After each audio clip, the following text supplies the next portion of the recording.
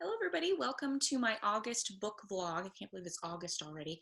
I did a lot of reading this month, and I'm really proud of myself, so I thought I'd share it with everybody and recommend some books that I come across that were actually pretty good. And just hopefully it can spur some ideas for other book recommendations from you that you think I might like, and we can kind of get the community conversation going that way. All right, so I'm going to go through these and which ones I didn't like, which ones I have abandoned, and the majority of them were pretty good this time. So, Blood Countess, it was very disappointing.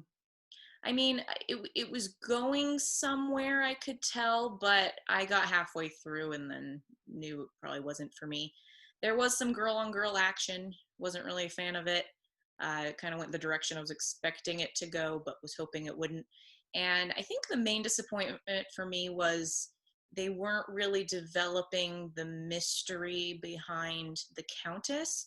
Like, I knew that there was some vampirism involved, but they didn't really talk about it. And I was halfway through, and I'm like, okay, when are we going to get to the big reveal? And it really wasn't for me. So I ended up abandoning it. I didn't give it a rating on Goodreads because I didn't think it was fair to the author that I didn't finish it. So that's kind of where that one went this round. I'm still reading The Bone Houses. I'm finally getting into it now. I had a lot of other stuff I wanted to read first, so you can see I'm a few pages in, about 70 pages in, and it's starting to pick up. It's getting pretty good. I'm really liking the protagonist and the new person that she's met and how he's going to help her with I guess they're going to be going on a journey, so I'm excited for that. I'm a big fan of journeys in books and what's discovered there, so I don't know, it should be interesting. I'm going to keep working on this one. The poor library I've had it for a while, so I got to finish it so I can return to the library. I finished As You Wish. I'm so excited. This was such a good book. I gave it 5 out of 5 stars. As far as memoirs go, this is probably up there as one of my favorites. I spoke a little bit about it last time, about how it's a memoir written by Carrie Ules about his experience working on The Princess Bride as Wesley.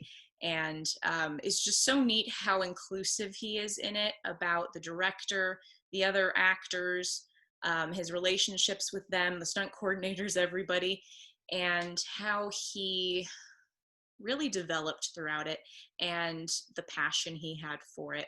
He never was really antagonistic towards anybody or really had a sort of an attitude towards that. Sometimes you get that with memoirs, but he was pretty straightforward in a positive sense, and I really liked that about this. So I would definitely recommend this to anybody who's a fan of the film or who is just wanting to know more about an actor's life, or the different experiences that they go through. For those of you who have seen it and you don't want the magic spoiled or anything, that would be the only person I might recommend not reading it. But even if you do, I mean, it's just a great telling of how things were done, and his feelings towards it, and like I said, the growth that he went through. So I put a review on my website. You can check it on my blog for I gave it 5 out of 5 stars, so yay. And I also finished, I didn't finish this whole thing, but because it has all of Jane Austen's novels in it, but I did read one of them, Northanger Abbey,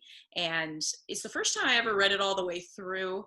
I don't know if I've ever even begun it until now, but I've watched the movie and I absolutely love the characters in that. So I eventually wanted to read the book and see how close it was to the movie, or how Jane Austen described everything. But I was really happy with it. There was a lot of satire in it concerning Gothic literature and the drama that the character expected would happen from meeting the tall dark stranger. It's just so funny how opposite of a tall dark stranger, the love interest, Mr. what's his name, Mr. Henley, maybe, he was very like personable and a very funny person, and I really liked him as a love interest. He's probably one of my favorite Jane Austen love interests. A lot of people don't agree with me, but I really liked how different he was from the tall dark stranger like Mr. Darcy. And I'm not saying I don't like Mr. Darcy, because he's wonderful, but I just liked the different take on the love interest this one had. And I really liked how sweet and kind of naive, but still smart the protagonist was. Yeah, I think I gave it a 4 out of 5 on my book review. Sorry, on my Goodreads. I didn't do a book review on this one because I didn't want to just overdo something that has already been done a million times. I'm sure a million people have done book reviews on Northanger Abbey. I'm really into Gothic literature, so I like how it did a little spin on it and kind of turned it on its head. So it was a good read for me for that one. I also read and finished in like 2 days this book. It's called News from the Dead. I was doing some research on an article I did about Margaret Dixon. Well, she was known as Half Hang It Maggie because she had a story very similar to Anne Green in this book, where she was executed, hung for like 30 minutes, and was eventually lived. She revived, and and so it was a very interesting story about how she was pardoned after that. A lot of people saw it as an act of God. A lot of people saw it as she was innocent. Maybe the hangman made a mistake. It's just one of those big mysteries that we don't know the reason of, but you can definitely see how it could inspire novels and different things like that. But what I really liked about this one was it was told from kind of 2 points of view. It was told from her point of view as she's lying there. She's on the dissection table, about to be dissected for medical purposes. They think she's dead, and all this is going through her mind. She just sees darkness, but she senses other people are there. She's wondering if they're angels or if she's in hell or what's going on. And so it's interesting how the news from the dead in this book is her recollection of her life and how it led up to the events that led her to the dissection table. So it's from her point of view with that. And it's also the point of view of, well, it's an omniscient narrator, so it's not really a first person, but it's from the point of view of one of the medical students who's kind of seeing, like, he has a stutter, so he can't really talk anyway, but he's observing certain things, like her eyelids fluttering, and he's like, am I seeing what I'm seeing? Is she really still alive? And just kind of going through the motions of, I need to stop this if this is what's happening. And he's trying to signal to the other doctors because he can't really talk. Anyway, it's just kind of an interesting story on that front, how that's being told. I think the News from the Dead was the name of the pamphlet that was printed after Anne Green story had unfolded, and it's interesting how the author decided to use that as the title for this, like what the real news was from the dead, what was going through her mind, maybe, and I really like how authors of historical fiction do that, kind of get ourselves in the mind of them, like they could have been thinking this, and make it in a believable way. And so that's why I think this is a good piece of historical fiction. The real Anne Green was accused of infanticide, which is, I don't know if I'm saying that right, which is where she was accused of killing her baby.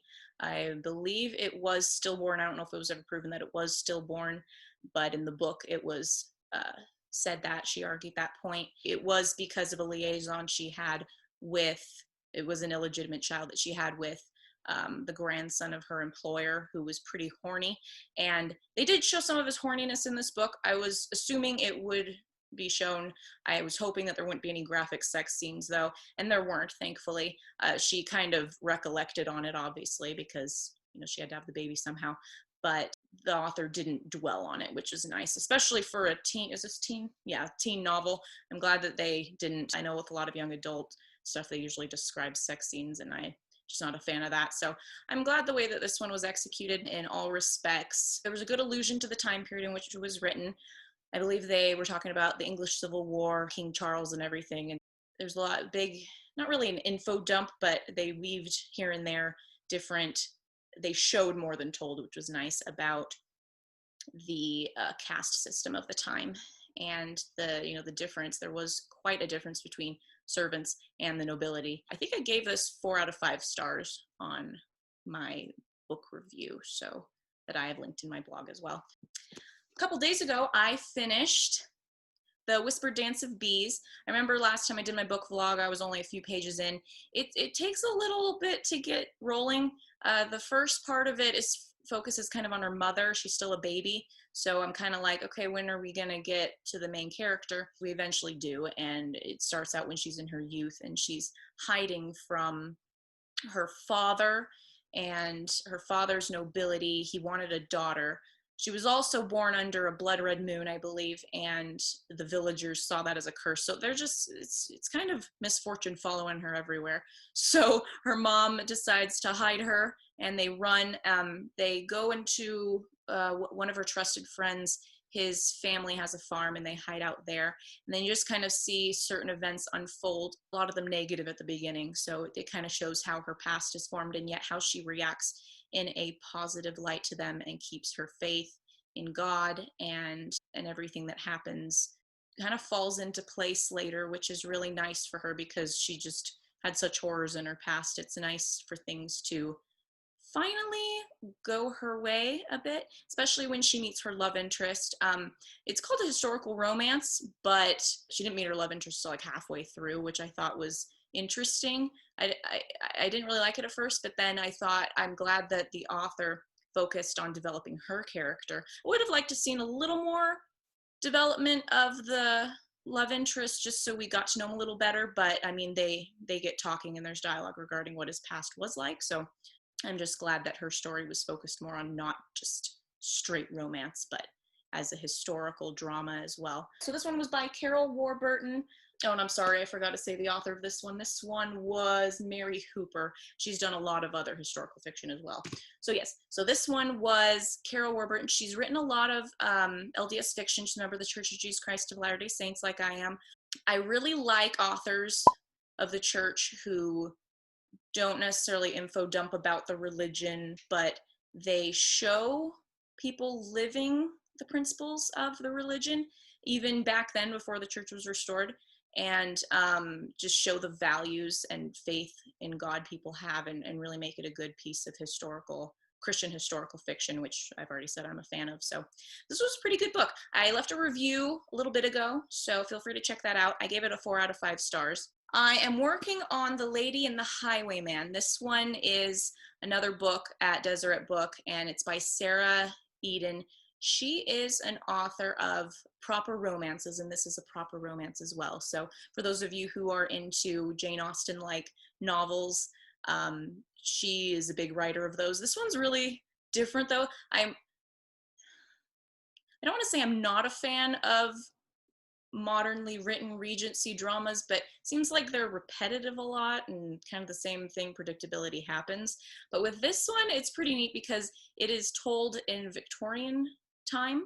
It follows a author who she has to go under a pseudonym she doesn't really have to, it's just easier, of called Mr. King, of a male synonym.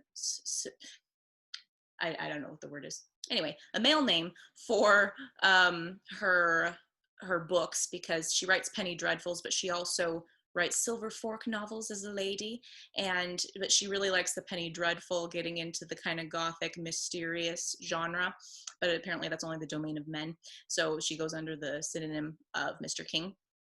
And she runs into this man named Mr. Fletcher. He is also an author of penny dreadful novels. He is part of the Penny Dreadful Society, Dread Penny Society. And he and his other fellow authors strive to use their profits to help children, to help save them from the streets and prostitution and all the innumerable horrible things that happened to kids in the Victorian era.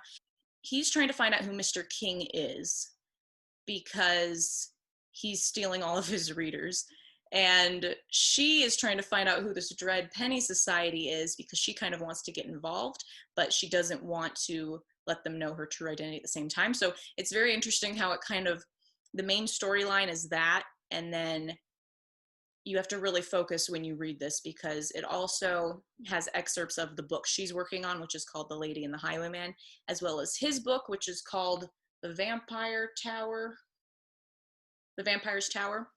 and they put little book excerpts in between, but you kind of see closer into the story how they coincide. So it's not just there just to be there, but you just really have to focus on what perspective you're in. So, but the main storyline is just omniscient, so it's not one perspective or the other. I'm really liking it. About halfway through, and sorry, that was a really long explanation of that.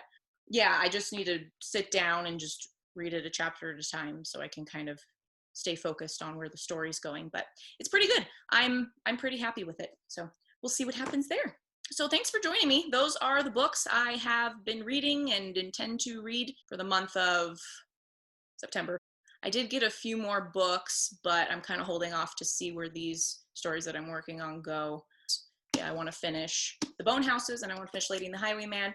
So we'll see what books I start, and obviously I'll talk about next month on my September vlog. So thanks again for joining me. Feel free to comment below if you have any questions, or subscribe or like my channel / book reading blog, and hopefully I'll see you next month.